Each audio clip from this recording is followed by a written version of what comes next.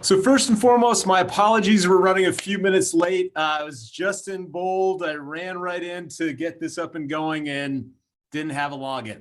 So I apologize for keeping you guys a few minutes. Also psyched that we're seeing so many of you guys, join us. And today, based upon your last request, I was going to actually talk a lot about just sort of competing with teams. In addition, and actually Cassie, thanks for all your help. Just a second. Give me one more second, guys, and I'll get my agenda up. Make sure I'm following that right along. While I'm pulling the agenda up, would anybody like to share something they're grateful for? I'd love 3 shares if possible. It's got to be something to be grateful for out there. I'm grateful it's March and winter's almost over. Now, the snowboarder in me is going to cry when you say that. All right. What else comes to mind? I'm grateful for my health, my family, that we're not at war, that we have roofs over our head, that we actually get to be on a masterminds and collaborate with other talented agents, and that we're free. Love it. Love it. All right, let me see if I can screen share. I think they sent out an agenda, and sorry guys, you'll find I always run a little scattered. I live the Mario Andretti quote: if you're in control, you're not moving fast enough. And rarely am I not moving fast enough. So today we were going to actually, and I think I'm looking at, I'll get the wrong agenda. But today, one of the big topics that we were going to talk about was competing against teams. And is this a topic that's going to bring value to you guys? Okay. I'd love to, and feel free to jump in and just speak up. What 2 or 3 things concerns you most about dealing with teams? I would say when they speak to the amount of volume that they've done. Okay. Let me just the market share they own, Yep. The volume of business. Can move faster. So market share, volume, and moving faster. Coverage. Coverage. Now, when you think of coverage, are you thinking of territory as a geographic? No, as a solo agent, it's just difficult to be in one place at one time, whereas they just have team members they can call and say, hey, can you cover this? Can you cover that? Absolutely. Anything else come to mind, guys? Their financial power makes a big difference compared to an individual agent. Okay. All right, so I'm going to be candid with you. I'm having a little trouble locating the agenda. I cut it too close. That was just in bold, but I think we can rock this because one of my favorite topics is anything tactical, meaning how do we compete when we're either outgunned or outmaneuvered or so forth and so on. So the other thing too, and I want to be very, very candid with you guys, and I'll always commit to be candid.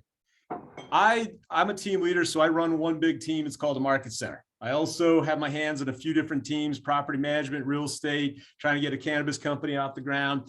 And I think there's pros and cons to being independent, to being on a team. It's really how you play it. So my first wife, rest her soul, when she was up against teams, you guys, and this is going to sound a little negative, and I don't mean it as such. So hopefully, first and foremost, anything we say today is not meant to be negative against the team or anything like that, but it better play the cards that we have to play. So my first wife, rest her soul, would say, it's okay. You're interested in the Walmart approach. Have you ever considered the value of the boutique approach? Now, tactically, that was a maneuver called switching the playing field. And, so oftentimes when we go up against, anything, seller, discount broker, large team, whatever the thing is, I'll often talk about that the obstacle is the way. So whatever they're throwing out against you is exactly what you want to try to particularly leverage. So before I get into a little bit of market share, volume, they could potentially sell it faster, solo agent, in some financials. Do you guys mind if I zoom out a little bit? And when I mean zoom out, look at sort of the peripheral. And again, guys, because I jumped on a little late, I want anybody to challenge me. I always want candid conversations. So if you catch BS on anything I'm talking about, the only way you'll hurt my feelings is if you don't call me out on it. The other belief I have is the friction of the extremes charts the best course. So a phrase that some of you may have heard from me before, another tactical phrase, is other people's time, other people's contacts, other people's money. Now, what I mean by that is there's a time to both be a strong independent agent, and I would argue you can provide more personalized service. You won't get bounced between 3 or 4 different team members. And let's be frank, and again, I run some teams. We've seen teams sometimes not hand the baton so well that it's just sort of fumbling through versus a very personalized service.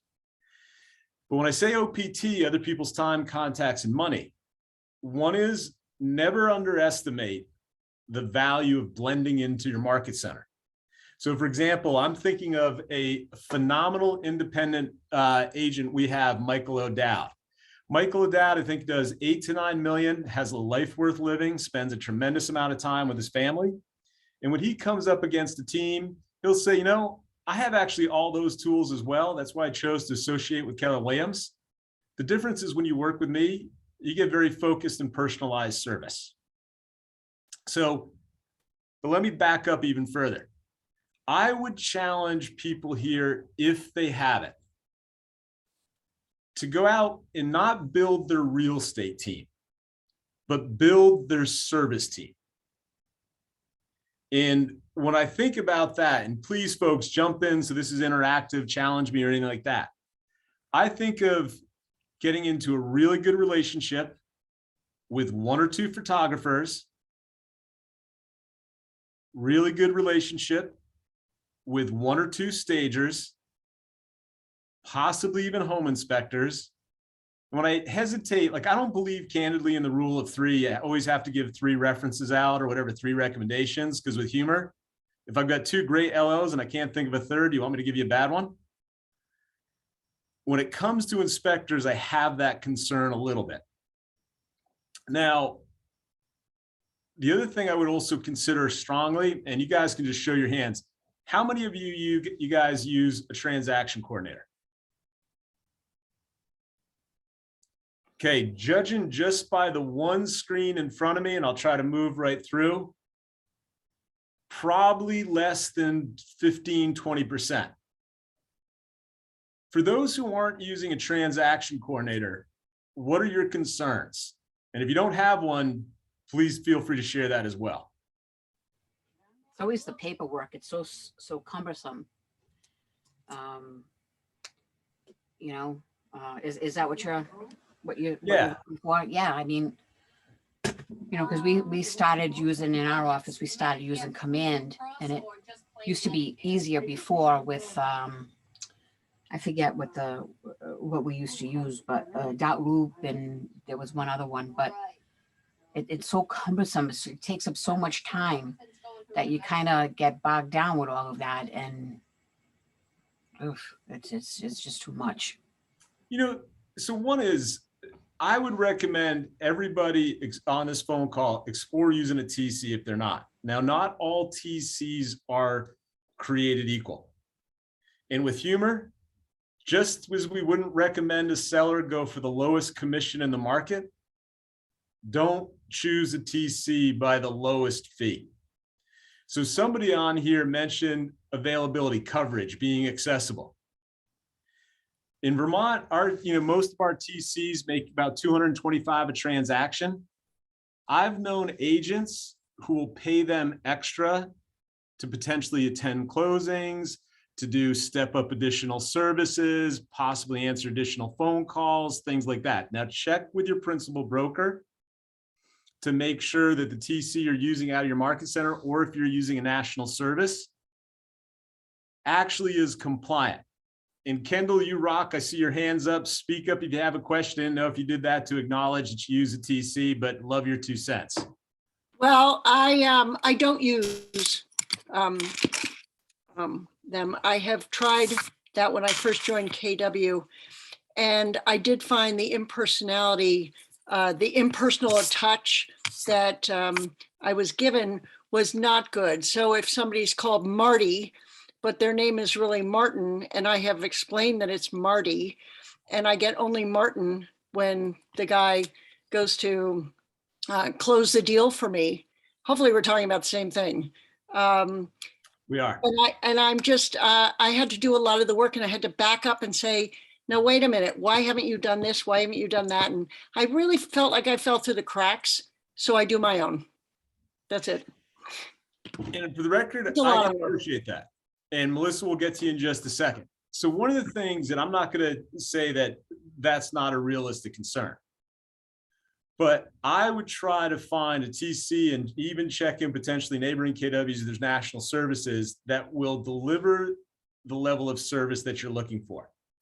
Now, making sure, including they get to know names, they get to know how you like responses, time, and I wouldn't hesitate to pay them extra. The other thing, the reason why I also mentioned, and again, I'm not going to part water, say it parts waters, but one person I had a lot of respect, they felt like they wouldn't use a TC because by the time they explained what needs to be in the addendums, they could have drafted it.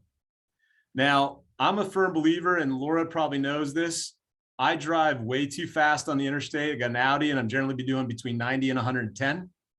And I'm the guy that's going to call my closing coordinator and say, hey, any chance you could send something to Barry and Laura Gould, just extending the contract 3-4 days and so forth. So I encourage you, not saying go out and build a team, but build your support team. The other thing with your photographers, possibly consider getting together with them, let them know that you've got a goal. I love it from Mindy. Use a TC allows me to have time in my schedule to lead gen. With a photographer or, the home stagers, consider getting them, getting together and asking them that if you've got a goal of X number of listings in the next year, what would it take to get priority service from them? I know one agent who actually bought a photographer a camera. And with the home stagers that I used to use, and I think I talked about this time, and then Melissa, I think you had your hand up. I want to hear your 2 cents. I would commit to pay the first hour and a half staging fee because I competed against teams that had stagers. So that's another way you can start to build your team a little bit. Now, the third thing is, and actually I'm going to try to shut up for a second, which is a high I with a high D is really hard for me to do. Melissa Lesniak, if I have your name correctly, it looks like you wanted to contribute something earlier. So I've had a TC now for 6 years, and I'm the highest D that you could ever get with a teeny bit of I in me. And it was very hard to let go of a lot of the work. And that TC also works with, I think, like 10 other agents, not necessarily from Keller Williams. They get to know you and they get to know your style. It's not going to get like this, you're not going to bond very easily in the beginning, but it takes time. And I don't know what I would do without her now. She does things that I don't even know she does, but I thank her a million times over. So, yeah. Love it. Lisa Loveland, you had your hand raised. And you're muted, FYI. Once, twice. Oh, there we go. All right. Thanks, guys. Teresa, I love what you were saying. So a question to you. What are the things she's doing that you don't know she's doing that you really love? Because my feeling on it is, it's not that it's not that much work, and it kind of puts me in a structure, so you get up a little bit earlier in the morning, you send out the paperwork, and then you see how responsive your client is. And it's just your personality that they're dealing with. I also have the concern that, they would be too formal with my clients. I'm not that formal with them. I kind of want the transaction to have the same flavor personality wise from start to finish. So I just don't know if it's worth the few $100 a transaction just to do the, 10 minutes of paperwork. So I'm lucky that my TC is licensed. She used to be an agent herself, so she can create addendums. I represent 2 states in Maine and New Hampshire, and they're totally different. So for her to do those for me, and once in a while, I'll send out an email and be on the road for most of the day, and I'll come back and everything will be initialed and signed, and she goes with it. So. Got it. Yeah. I would probably challenge that if you haven't had good luck with the TC, one of 2 things. One is you might not have the right one. 2 is you may not have put in the time to discuss the expectations and possibly ask the question. And Melissa, you were a TC, I'd say, hey, this is the service I'm looking for. I understand you charge X. How much would you charge to deliver the service I'm requesting? And build it up. And then Nancy Babcock, you just raised your hand as well. Hi there. Yes, I've been using a TC just very, very recently, and what a difference in my life. It is giving me back so much time. I am not a good tech detail person in that respect. There are some details I do fantastically, but those are just not it. It is a better way to deal with my clients. The TC is through the agency, Keller Williams Coastal, EA team, and and she is also licensed. So if she needs to contact the client, she can. She's perfect in that respect, and she's extremely flexible. If anyone had experienced the TC the way we have it down at Keller Williams Coastal, they'd never go back. They would never, ever go back. There are good people out there. See here, Mindy Doppler, I had TC on a 200 transaction. My current TC is much more, and he loads the info into MLS. So we go live. I think it's excellent. So one of the things we're talking about is, and this is somewhat of a quiz test. In the Millionaire Real Estate Agent, one of the first triangles is listings, leads, and what's the third part? Leverage. Leverage. Now that could be leverage as in a 3-line dialer, that could be leverage as in a CRM, but it could also be leverage with talent. And just sort of remember, every time we say yes to something, we're saying no to something else. So if we're saying yes to doing our transaction coordination, we may be saying no to lead gen time, to more time with our family, to more time talking to more customers. And Michelle, I sort of went off on this topic a little bit because of your comments about coverage. And so what I'm not trying to do, guys, is jackhammer the point, use the TC, but maybe also going on Michelle's challenge. One of the things, and I want to thank the independent agents of the state of KW Vermont, because they challenged me. Some of you guys heard this a couple of years ago, bring more value. And we started a local little independent mastermind that's now turned into the 3rd for the region. I think we're averaging 70, 80 people. So let us know what we can do to bring you more value. But circling back to coverage, I would consider a couple things, and for showings and stuff like that, so you have a life worth living. I would probably talk to your team leader or your principal broker, your ATL, and see about potentially getting an independent agent networking group going on in your market center. And what I saw out of Vermont is we see anywhere from 5 to 9 on our own little mastermind that goes on. So what's nice about that is we spend time on market stats. We spend time talking a lot about stuff we talk about here, but it gets a little bit more local specific. The other thing out of that is there's a little tribe developing, and so we see that, like, we've got I can't remember the email. I think it's independent agent at KWBT. we need to probably promote that. So other independent agents can use it within your market center to help each other with showing coverage, vacation coverage, and things like that. Now, when it comes to showing and vacation coverage, everybody probably has their own idea and their own system. My recommendation is find another couple independent agents that you jive with in your market center and work out a reasonable compensation. Now, is that per showing? One, method I heard was 4 hours for $250. Another honor is just the honor system. You help me, I'll help you. I will tell you, at KW Family Reunion, we saw this thing, Keys Please. I actually got the flyer right here. We're going to investigate it. It's apparently a software that helps market centers, help people get more showing coverage.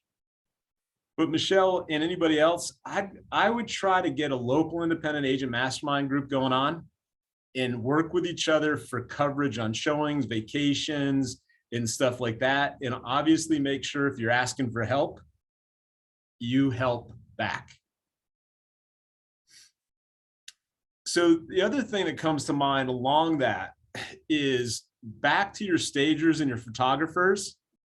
I think Gary Keller, told some story that he was at dinner, and this was a little odd to me. He asked the waiter what their normal tip was and made sure they know they're going to get like double or something like that.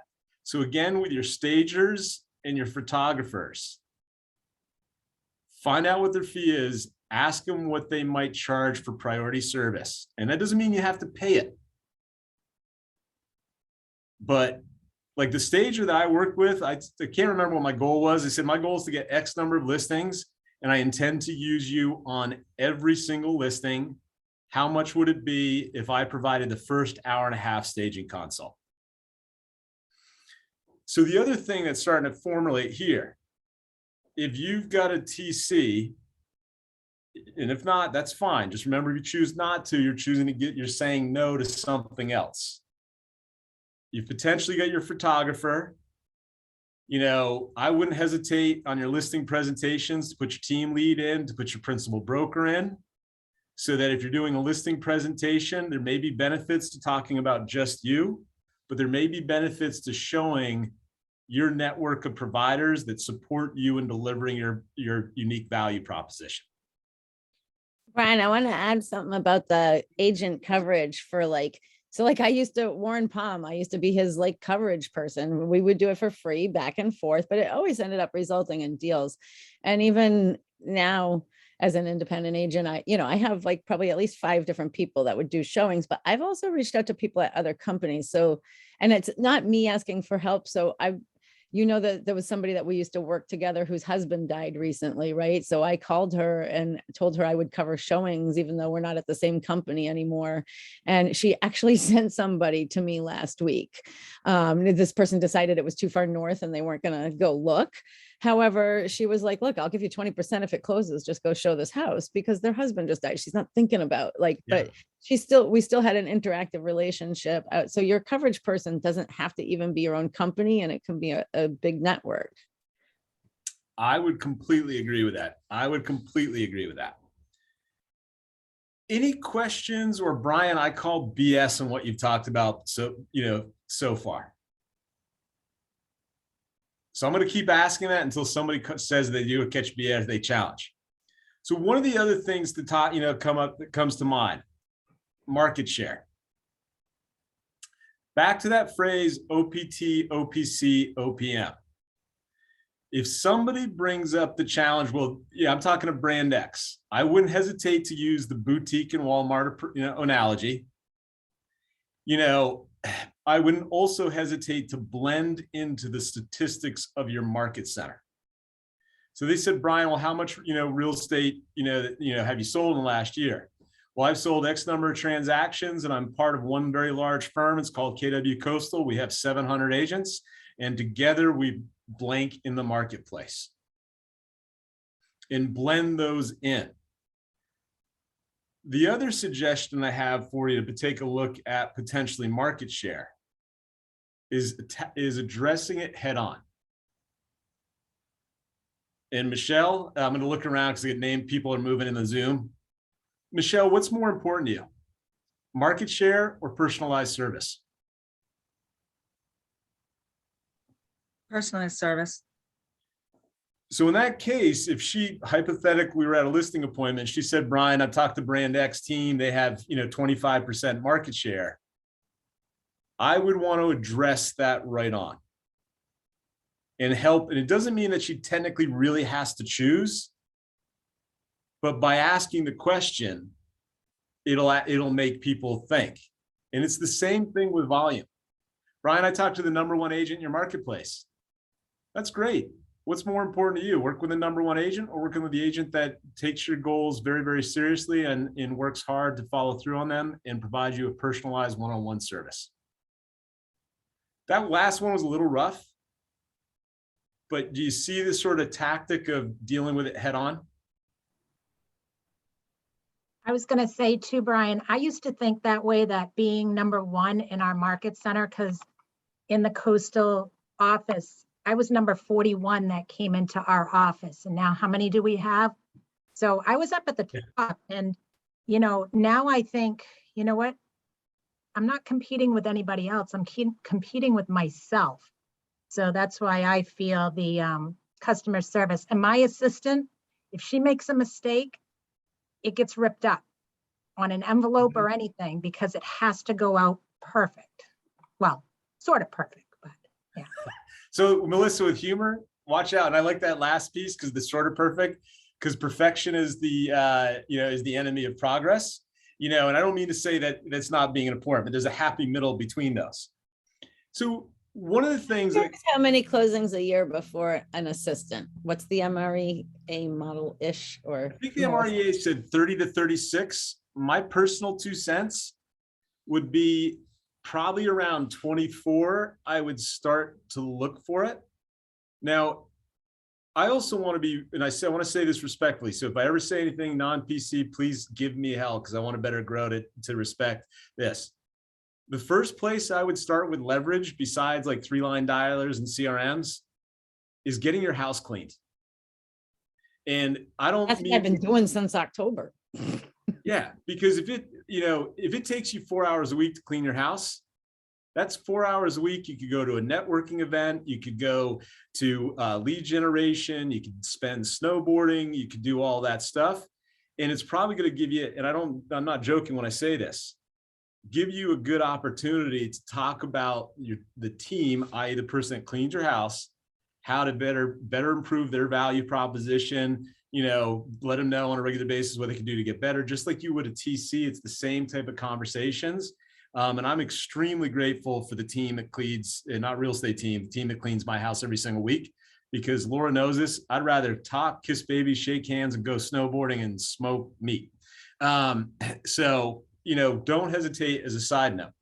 Now, the other thing is, and we don't have this yet in KW Vermont, but it's on my list to make sure. I know it exists regionally. I would talk to the leadership at your market center and look at agent services coordinators. Anybody familiar with agent service coordinators? And so folks, let's do this. I'm guessing by the head shakes, no, we don't have enough agent service coordinators in the New England region. So if you guys would help me, email your TL, email your OP, or and say some loudmouth from Vermont was yammering on about agent service coordinators. If we can get one in our market center, or if we can't get one in our market center, could we establish some regionally? And this just came to me thanks to you guys. So Mindy Leggett, my agent service coordinator, is my TC. That's excellent. So when I think of agent service coordinators, I think of people who, we actually have an independent contractor now that I realize it, but people who will consider working your database, sending your mailers out, setting up your newsletters, possibly even organizing, rather than doing like 4 events per the MREA, maybe 4 outreach events where you go to a farmer's market and stop by Joe's tomato stand for buy one, get one free, on Michelle, on Melissa, on Robert Sullivan, whatever the case might be. Because keep in mind too, we only have so many hours in the day. And if you would rather do 12 transactions and do everything A to Z yourself, and that makes you fulfilled, more power to you. But I knew that I was not great with CRMs. I was not great with marketing. So I'd rather do some more transactions and then pay for somebody to actually do those services. We've got actually, now that I think about it, I misspoke. We have an independent contractor, a phenomenal woman by the name of Carrie Henry. She'll actually place the sign, put the lockbox out. In Vermont, we have very few centralized databases for town clerks. We actually have to go to the town clerk's office. I'm going to guess most of you don't have to hassle with that. I would seriously toy with hiring some form of agent service coordinator by job, per fee, per hour to help. Also a great option if you're not sure, like somebody like me, just back on the market, 20-year agent, right? But was a PC coach, now back like starting over, and I'm really wasn't trying to crush the world, and I'm busier than I thought I was going to be, but I didn't want to pay anyone because I feel like I used to do this, right? So, but maybe somebody like Carrie is a really good option where, because I don't want to be like not busy next month. Like all this stuff luckily just came to me right now. Like I feel lucky, right? But then what happens if it stops coming and blah, blah, you know, I just have that fear and I don't want to be responsible for somebody yet. So, but somebody like Carrie could take that leverage off. Absolutely. Absolutely. It's one of the key things of the MREA triangle. So it's 1:36 now, and I want to make sure we're bringing value to you guys. And again, I want you to challenge me if we're not. So we've covered a little bit about market share. We talked about some agent services, some leverage. Any questions or challenges to what we've discussed so far? And with humor, if there's no questions, either I'm rocking this blank or I'm bombing this blank. It's one or the other. All right. So volume. You're up against a team that did 120 volume. You did about 5 or 6 million yourself. I've already given you a hint on how I would tackle that. Is anybody, we dealt with it with market share. What would the approach be? What about, go ahead. So you mean the asking how to go against the team if you have less transaction than the team? Correct. So if you're up against a team that did 100 million, and maybe you're an agent who did 5, maybe you're an agent who did 7, 10, 15, maybe 3. I think it's exactly the same approach. It's a personalized service, and it's I think it's for the people who would like to work with me directly. Do you want to talk to me, or do you want to talk to my coordinator? Do you want to me take care of the every detail, or you want to have 5 different people on the email chain that you will have to talk to? One person will be doing the showing, the other person will be coordinating, signing the documents and everything. I think it's just a style, what you prefer as a style, if you want to work with me, or you want just have a name of the top producer, but working with the team. I'm not telling that they're not doing the good job. It's just what you prefer. It's a style. Elena, great. Thank you for pointing that out. I thought that was an excellent, it was an excellent contribution. And I really love that last end. It's not that that's bad. The other choice is bad. It's just what's better for that person. And one of the things that a lot of the Vermont crew has heard from me is and I think I mentioned it to you guys last time. If they author it, they will defend it. If you author it, they will doubt it. So if I said, hey, Lena, you're better off to work with an independent agent. We handle everything A to Z as opposed to a team. You're going to talk to 10 different people. They may or may not agree with that. But if we ask the question, what do you think is better for you? One-on-one personalized service where you're dealing with somebody 89% at the same time, or a large team where you may be talking to 4, 5, 6 different individuals. What is the level of service that you would prefer? Lisa Loveland, you had your hand up. I don't know if we've answered your question or you want to make a comment, but please feel free to jump in if you do. Oh, that's so funny. I didn't even realize I put my hand up, but you must have been reading my mind because I think that's a phenomenal and fantastic answer. Thank you. Yeah, and Alina, thank you very much for sharing. With faster, now with humor, you're going to see that, the similar tactic. A team can sell it faster.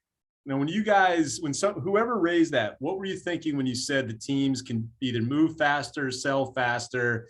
Can you give us some additional context so I can bring more value to you?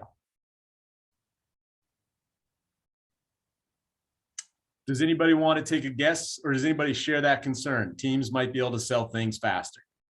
It's the first time I hear this concept. Why? Right, I would say the market determines the pace of the sale. Absolutely. And that's just a side note with humor, why also exactly encourage you guys to go out and build your network of service providers before. Because if Robert Sullivan, happens to bump into me in a bar today and I list his house and I wasn't expecting to, and I don't have pre-existing relationships with photographers, maybe I use one here and there, I'm going to have to scramble to introduce myself, ask them to make a priority, get over all this stuff. Versus if Mary Mulder was my photographer of choice, or one of the two that I use, and I called her up and said, hey, Mary, you're never going to guess this. I just met a guy in the bar. We signed a listing agreement right there. I promised him I'd get his house, photographed tomorrow. Can you help me? Now, maybe she won't, but if I had a pre-existing relationship with her, she's more likely to jump. So I can't stress enough, guys, build your network before. And the same thing with faster. I think, Lisa, your response is that the house determines it. I would also argue definitely the photos and the staging, and I would not undercut right now or skimp on photography and staging, even though in our market that things sell really, really fast, because if we do so, we're going to devalue our brands personally as well as KW. And then eventually we're just going to be competing with discount brokers solely. Now, somebody threw out the concerns about finances. When you thought about finances, was it to market the property, or was it to create more robust amounts of business? That was both for me for financially. Just an issue of like, there's so much power behind money.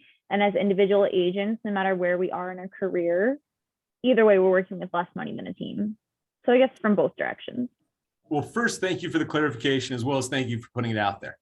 So a couple ideas come to mind. One is, and yes, teams can put a lot into PPC, pay-per-click, search engine optimization. But I would tell you a few things. On the internet leads, we're seeing a lot of value from the command leads, at least in Vermont, that have to do with specific listings. So you might go back to your TL, PB, and ask if either the investor group or certain agents would have listings that they could put into a pool for leads for independent agents.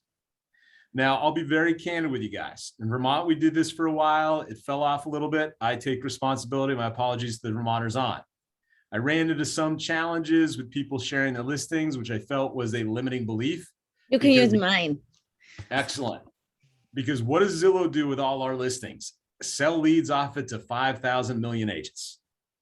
But possibly their investment groups, some rainmakers would share, and we brought this back recently. We started using new construction of, one of our operating principal has his hands in a development company. So we started using new construction as Facebook leads to help our independent agents. And I think we do a 10% referral or something like that. So the other choice, so check with your TL and possibly again that your local group of independent agents to see if you could pool some of this. Now, the other thing I would encourage you guys to do, and some of this is basic, and so if you heard it before, I don't mean to think it's the best thing since sliced bread. Take a look at your passions and see where they could intertwine with business. Rosemary, I was going to ask you, what do you think the percentages of independent agents doing SOI? I don't have anything but SOI stuff happening right now. So what do you think if you were to pool this group of people, that we would be 80% SOI? So which means our transactions are different. So actually, let's do this. And I'd love to circle back to Rosemary in a second. Laura, I appreciate that. Show of hands, how many people would say that sphere of influence is 70% or more of your business? It's definitely mine. Excellent. So first and foremost, I would suggest reviewing your business and asking what you could do to get even more sphere of influence. Now, when I say that, what I find with most agents, and I'm honored to work with 200 agents in Vermont. I've been in the business, 30 years. It probably helped, more agents get in the business in Vermont than anybody else has, with the help of a lot of other people, for the record, including Laura, Gold as her former PC coach. What I found, and I'm okay being wrong, is that a lot of our agents get most of their business through sphere of influence, but where's the number one place they don't spend money? Sphere of influence. So a couple things, Rosemary, if you don't mind me asking, Rosemary, how long have you been in the business? I'm coming up on a year. Okay, excellent. So one is you picked one of the most interesting times, and if you can power through this next 6 months, you were going to rock it. I got in when rates were 9.5, went to 10 in first 2 weeks, and it was a little less challenging than this market. So a couple things that come to mind.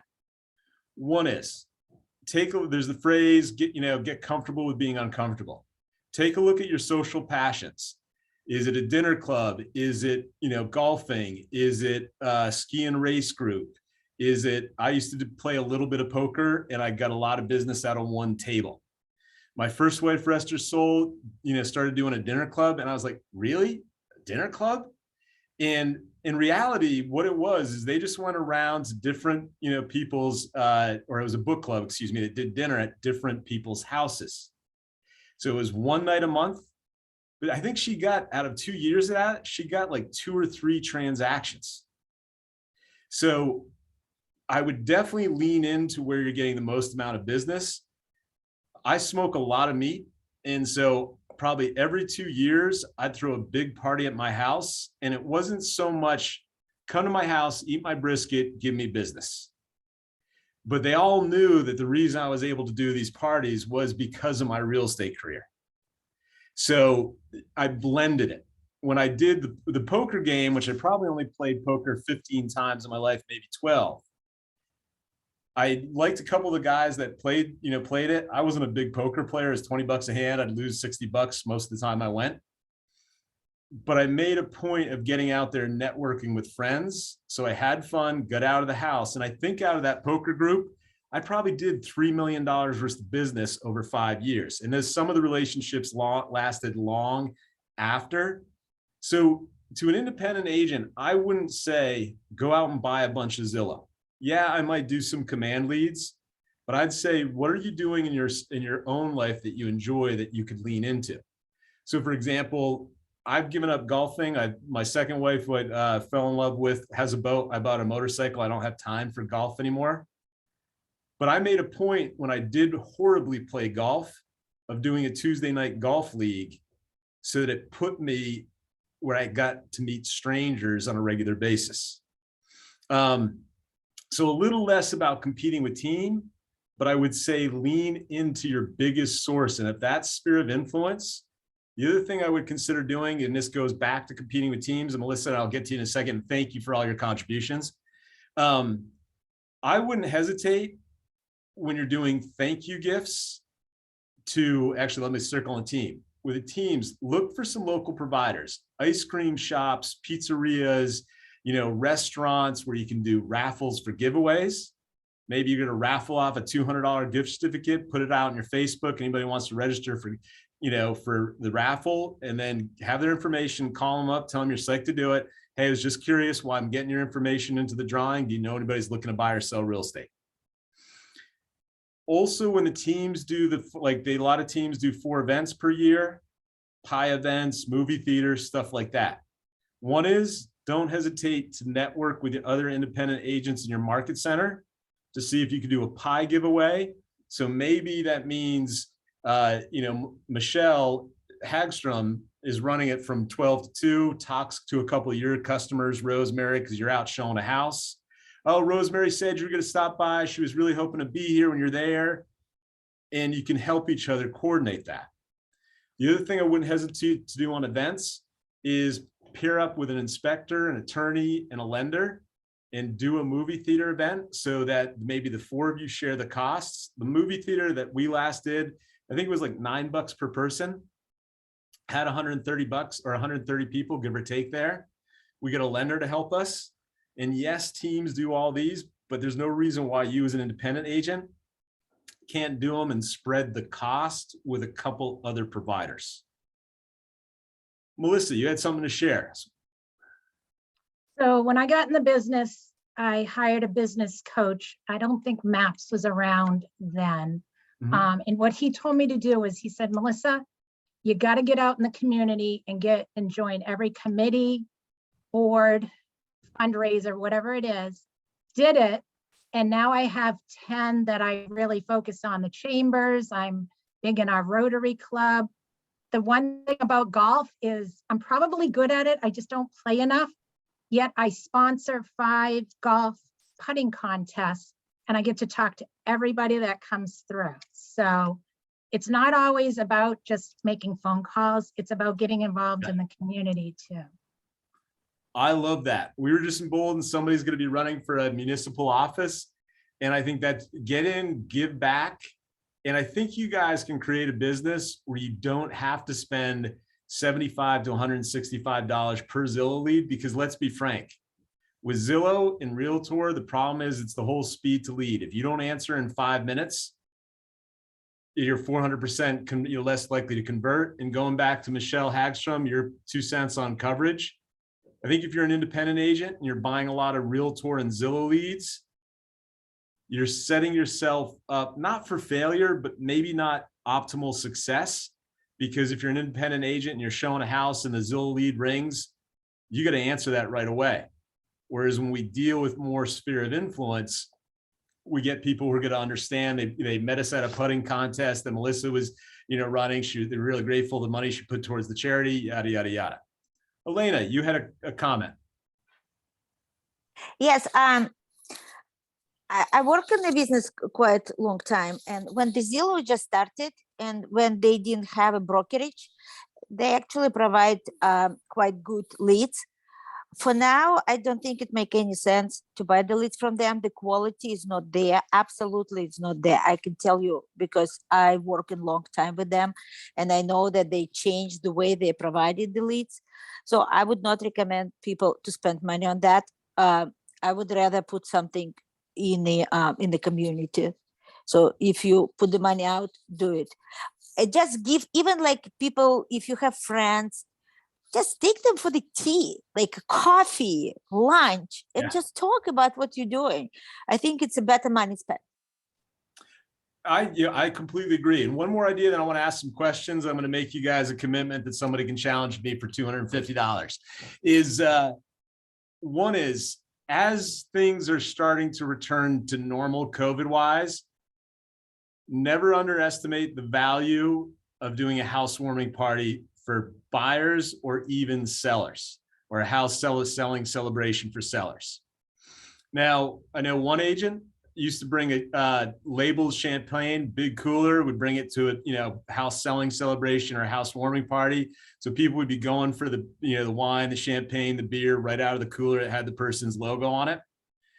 No big surprise. Some of you heard this before. I actually used to smoke brisket, bring it to a client's house, and it was great for a housewarming party because I'd be slicing it up, talking to every one of their customers, or not customers, their sphere of influence as they went through, all to, again, pour into the largest source of business. But it's 1:53.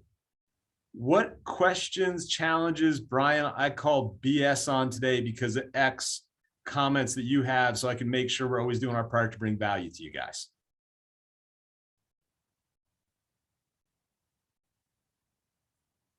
Anything? I'll share something, Brian. Please. So I am going back to the financial part of this conversation. When we all decide that real estate is going to be our business, we need to remember that we need to treat it like that. And when people say, I don't have money to do this, or I don't have money to do that, you wouldn't open up a restaurant or anything else without $25,000 in your bank account. Yep. You need 6 months of income. You need a monthly profit and loss, and you need a good bookkeeper and a better accountant. So I love that's my 2 cents. One of the driest books I've ever read, it took me 3 attempts to get through it once, was Profit First. And I would challenge you guys to go through it, even though it's like putting your hand in the meat grinder a little bit. But it says get like 5 accounts. I'll be candid with you. In the businesses that I own, we don't have 5 accounts in any one of them. But we do have additional accounts because of that book, taxation accounts, emergency accounts, stuff like that. So it's a really good book, book to go through. So here's my commitment, and I'll pay it to one person. The first person that calls me BS on this next session. My goal for you guys next month is to get a panel of 3 top independent agents where we can ask them tons of questions about their business, so forth. Now, when I say top agents, I'm not just going for production. Like one person I'm thinking of right now probably does 24 transactions, give or take, very high, producer, but not 50, not 60, but they have a life worth living while they do it as an independent agent. What can I make sure to bring to you guys in the future to make sure I'm respecting your time first and foremost, and to bring more value to you as an independent agent as part of the Keller Williams New England region? I don't know, buyer strategies right now. I had to tell somebody last night, 22 offers. We had an amazing offer. It was like 65K over with a full appraisal gap, and we lost. Just more. It's sad. Any more buyer strategies? So buyer strategies, 2 or 3 things more, please. Going along with that, people who are doing like FHA, VA financing strategies for them specifically. FHA, VA financing strategies. Mary O'Neill. Non-listing, non-MLS listings. I'm hearing more and more about that in recent days. I was on a Zoom call yesterday, and it seems like it's coming up. I was reading in the newspaper a week ago. It was actually in New York City. There are more and more of those, and just how to deal with those. I'm trying to figure out, how does an agent get paid with a non-MLS listing? So if that would be appropriate for the group, that would be helpful to me. Absolutely. Thank you. Any other topics or any questions on today's topics, or is there something you felt we didn't cover about competing with teams?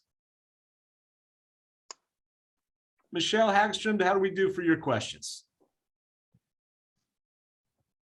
Okay, I still struggle with the whole coverage thing, but at least you gave me some ideas, so that's helpful. And I appreciate the candor. So for the record, guys, I think you know this. There is no easy button other than that $5 battery powered one you buy from Staples. And, so with humor, that's where, if these ideas resonated, I would just try to go out again, talk to your TL, your PC, see what you can do to help create them within your market center or within your business center, because I think you guys bring amazing value propositions as independent agents. I do believe on your one-on-one service. I do believe that you can have it more focused, and if I had any books suggested to read besides Profit First, which is a good book, but it's a tough one. The book I would recommend, and I may have recommended it 2 months ago, I don't think I did, is The Obstacle is the Way by, I think, Ryan O'Leary. The Obstacle is the Way. Let me pull up my Audible and just confirm.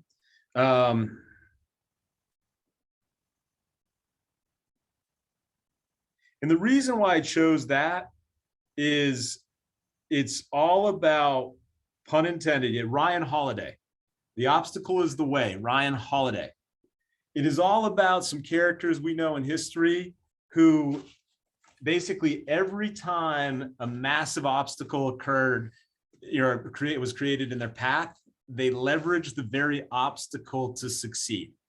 Now, sometimes that made a change in the direction. Other times they leaned right into it. But I would challenge each and every one of you, first and foremost, ask yourself, in what areas could you better leverage yourself? Is it a cleaning person? Is it a dialer? Is it a CRM? Is it a transaction coordinator? So that when you say yes to something, you're saying no to less important things. The other thing I would, gap in the game, Paul, I actually got that in my queue. I got to check that out. I've heard very, very good things about that. Very good things about that. The other thing I would encourage you guys to do is build your tribe within your market centers of other agents And again, get to your photographers, get to your stagers, so that when you call, it's a priority, even if that means you pay them an extra 50 or $100 to get it, so that you can really perform in that. And I guess the last thing I would say is, and I've said this before, if you're challenged in your business right now, dust off your future amazing self and make sure you write down in details where you want to be 3 to 5 years from now, that it makes you smile so much that it's worth powering through some blank to get where you want to go. Folks, I can't stress enough. Appreciate each and every one of you. Feel free. My name is Brian Armstrong, TL and CEO of KW Vermont. B Armstrong at KW. If you have any questions, constructive feedback, always appreciate constructive feedback, and anything we can do to bring you guys more value. Thank you very much. Thank you, Brian. Brian. Thank you, everybody. Thank you. It was great. Thanks.